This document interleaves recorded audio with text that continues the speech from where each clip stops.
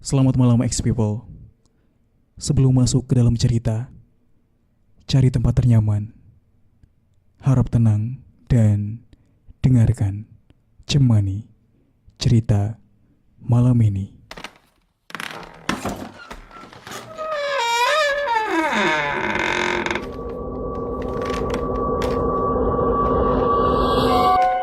Cerita yang saya bawa malam ini tentang misteri Pulau Kubur.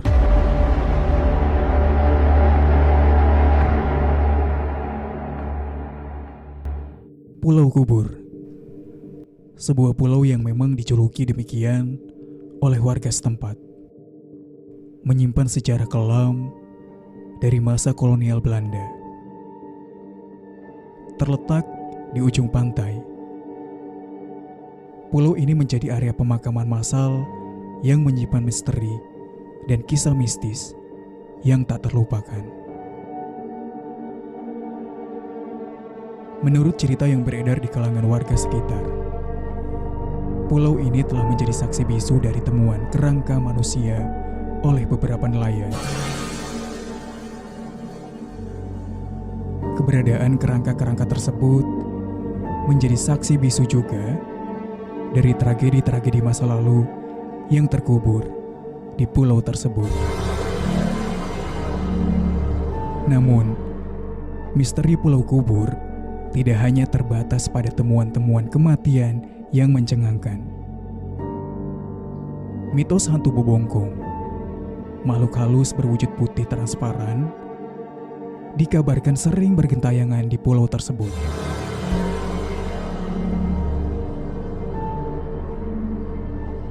Kisah seram ini menggambarkan makhluk tersebut dengan anggota tubuh yang hilang, menciptakan suasana mistis yang memang mengelilingi setiap sudut pulau. Bagi sebagian warga setempat, Pulau Kubur bukan hanya menjadi tempat pemakaman masa lalu, tetapi menjadi tempat di mana batas antara dunia nyata dan dunia roh terasa begitu tipis.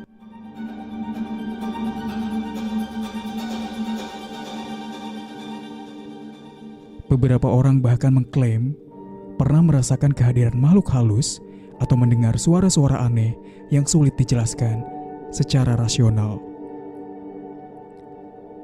Meskipun keberadaan Pulau Kubur telah lama menjadi pusat cerita rakyat dan juga mitos, masih banyak yang ingin menjelajahi dan mengungkap misteri di balik Pulau Kubur.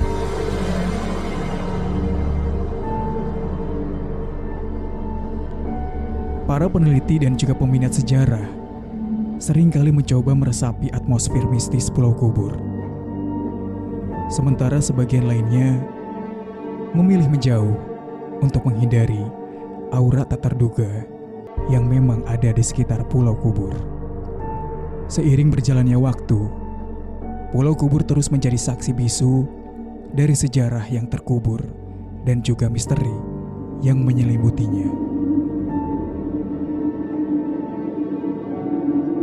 Di antara keindahan gugusan pulau-pulau di perairan Teluk Banten, seperti Pulau Panjang, Pulau Lima, Pulau Tunda, Pulau Pisang, dan sebagainya, Pulau Kubur adalah pulau yang paling menyimpan kisah dan hal-hal mistis.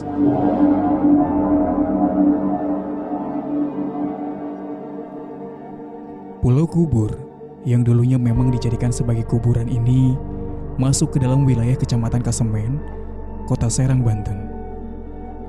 Untuk mengungkap lebih dekat tentang latar belakang misteri apa yang terdapat di Pulau Kubur, saya akan menceritakan pengalaman mistis yang memang pernah dialami oleh beberapa warga dan nelayan di sana.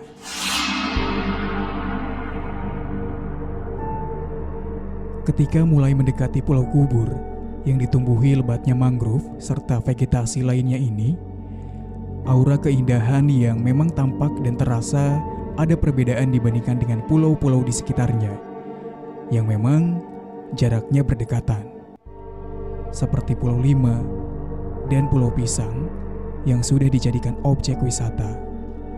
Terlebih, Pulau Panjang yang diketahui ramai dihuni manusia. tapi tidak dengan pulau kubur.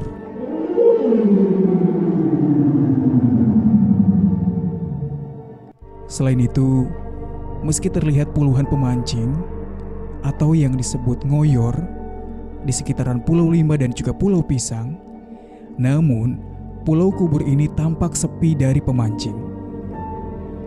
Menurut para pemancing dan juga nelayan di sana, dari pulau-pulau yang ada di Teluk Banten, sepinya pemancing dan juga nelayan di pulau misterius itu lantaran dianggap angker. Menurut kesaksian dari salah satu pemancing, sebutlah namanya Iman, dulu dia pernah memancing di pulau kubur dan dia menemukan kepala atau tengkorak manusia. Dari situ, para pemancing dan juga nelayan pindah ke Pulau Lima. Kesaksian tidak hanya datang dari Iman. Menurut salah satu nelayan setempat, sebutlah Mang Muslih, yang mengungkapkan latar belakang misteri keangkeran pulau kubur tersebut, di mana pada masa penjajahan Belanda dulu, pulau tersebut dijadikan tempat mengubur orang-orang Belanda.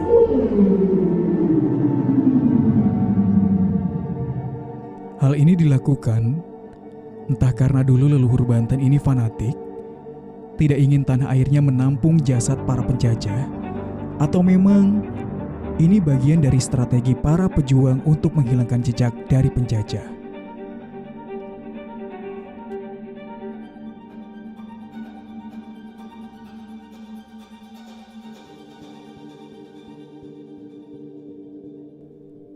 Ketika ditanyakan soal adanya tengkorak manusia yang memang muncul ke permukaan, entah karena adanya abrasi atau gejala alam lainnya, sehingga ditemukan oleh pemancing, Mang Muslih justru menceritakan kejadian yang lebih seram di pulau kubur. Menurut kesaksian Mang Muslih, jangankan tengkorak manusia, bahkan pernah ada nelayan di kampung dia yang juga pernah menemukan kaki manusia di pulau kubur.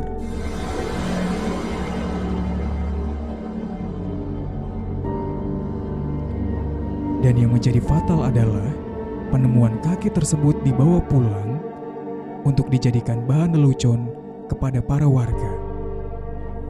Tidak selang waktu yang lama, malamnya pun si penemu kaki tersebut diganggu dan dikejar hantu bebongkong.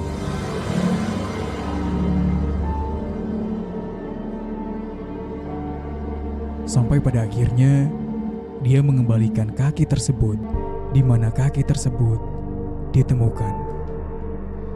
Selain cerita dari para nelayan, cerita mistis juga pernah dialami salah satu pengunjung yang memang sengaja mendatangi pulau tersebut karena rasa penasaran dengan suasana pulau kubur. Yang mana dia tahu ceritanya dari masyarakat sekitar. Kesaksian ini datang dari seorang mahasiswi, sebutlah dia Rani. Rani yang pada saat itu sedang menikmati libur kuliahnya, memutuskan untuk pergi ke pulau kubur. Awalnya, dia mengajak teman-temannya. Akan tetapi, teman-temannya tidak tertarik karena merasa dengan pergi ke sana akan membahayakan mereka.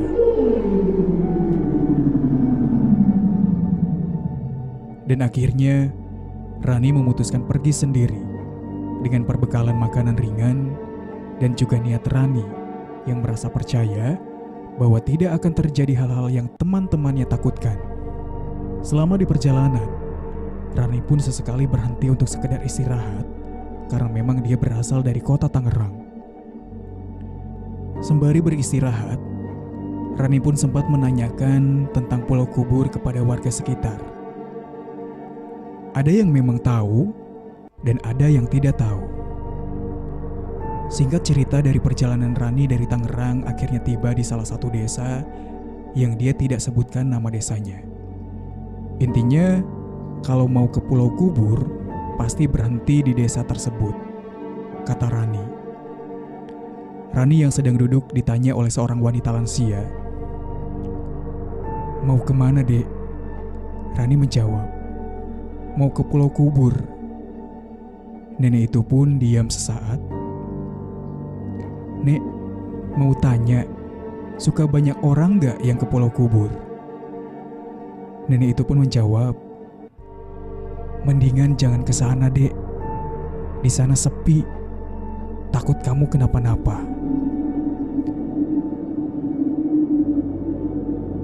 Akhirnya, nenek itu pun pergi, sembari ngomong menggunakan bahasa Jawa yang Rani pun tidak mengerti. Yang Rani coba pahami, intinya nenek itu bilang, orang sini juga pada malas ke sana karena takut. Akhirnya Rani melanjutkan perjalanan ke Pulau Kubur menggunakan perahu kecil yang memang sudah disewa lewat penawaran nelayan di sana. Rani yang memang berangkat liburan ke sana sendiri dipastikan oleh Pak Nelayan, "Neng, beneran sendiri, gak sama teman-temannya?" "Iya Pak, sendiri. Teman-teman saya pada gak mau. Mereka takut," katanya. "Oh, jadi teman-teman Neng gak ikut karena takut. Insya Allah aman. Bismillah aja ya Neng," kata Pak Nelayan. "Emang di sini beneran angker ya Pak?" tanya Rani. "Kalau soal angker ya di mana-mana juga pasti ada kali Neng ya, makhluk-makhluk selain kita mah. Apalagi di pulau kayak gini. Saya gak bisa cerita banyak-banyak. Cuman emang dari cerita warga sama yang lain ya katanya angker. Sering terjadi inilah, itulah. Tapi alhamdulillah kalau saya pribadi belum pernah ngalamin hal-hal yang aneh. Karena emang saya jarang kesini. Tapi bismillah aja ya Neng. Kalau ada apa-apa, itu nomor telepon saya."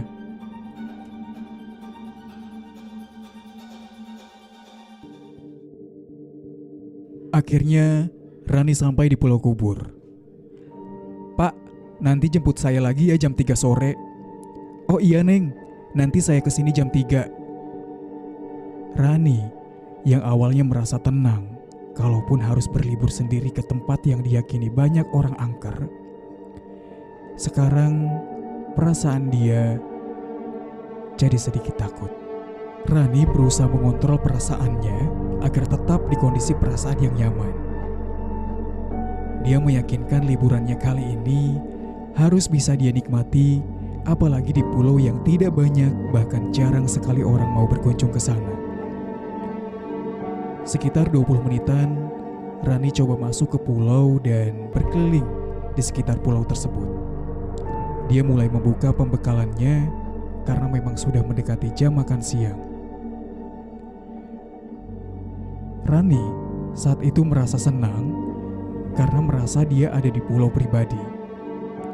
Saat Rani sedang menikmati suasana pulau dengan semilir anginnya dan deburan ombak tipis, tiba-tiba dia mendengar suara seperti orang yang sedang ribut atau berkelahi. Awalnya Rani menghiraukan karena suaranya samar seperti dari kejauhan. Tapi suara itu kembali Rani dengar. Rani yang ingin coba memastikan lagi, tapi dia ragu karena memang masih samar, tambah situasi bercampur dengan suara angin dan deburan ombak. Akhirnya Rani memutuskan untuk masuk lebih dalam ke pulau tersebut. Rani yang memang menikmati suasana di sana, sembari berharap suara itu terdengar lagi lebih jelas. Tapi suara itu tidak terdengar lagi. Waktu menunjukkan pukul 14.30 atau setengah 3. Rani memutuskan untuk persiapan pulang. Rani kembali ke tempat di mana dia mengeluarkan makanannya. Dan sambil berjalan, Rani dikagetkan dengan sosok lelaki yang dia lihat dari kejauhan di sebelah kiri posisi Rani. "Pak, Bapak!" panggil Rani kepada sosok lelaki tersebut. Tapi sosok lelaki itu tidak menjawab dan hanya diam dengan posisi membelakangi Rani. Perasaan Rani mulai tidak karuan. Dia langsung menelepon Pak Nelayan yang memang sudah disewa untuk meminta jemput sekarang. Dengan nafas yang terengah-engah, Rani lari keluar dari pulau dan juga menunggu perahu jemputannya di bibir pantai. Selang kurang lebih 15 menit, jemputannya pun datang. Dengan kondisi Rani yang masih syok. Belum jauh perahu jalan dari pulau, Rani menoleh ke arah pulau kubur. Sosok lelaki itu pun Rani lihat kembali, dan sosok itu melambaikan tangan.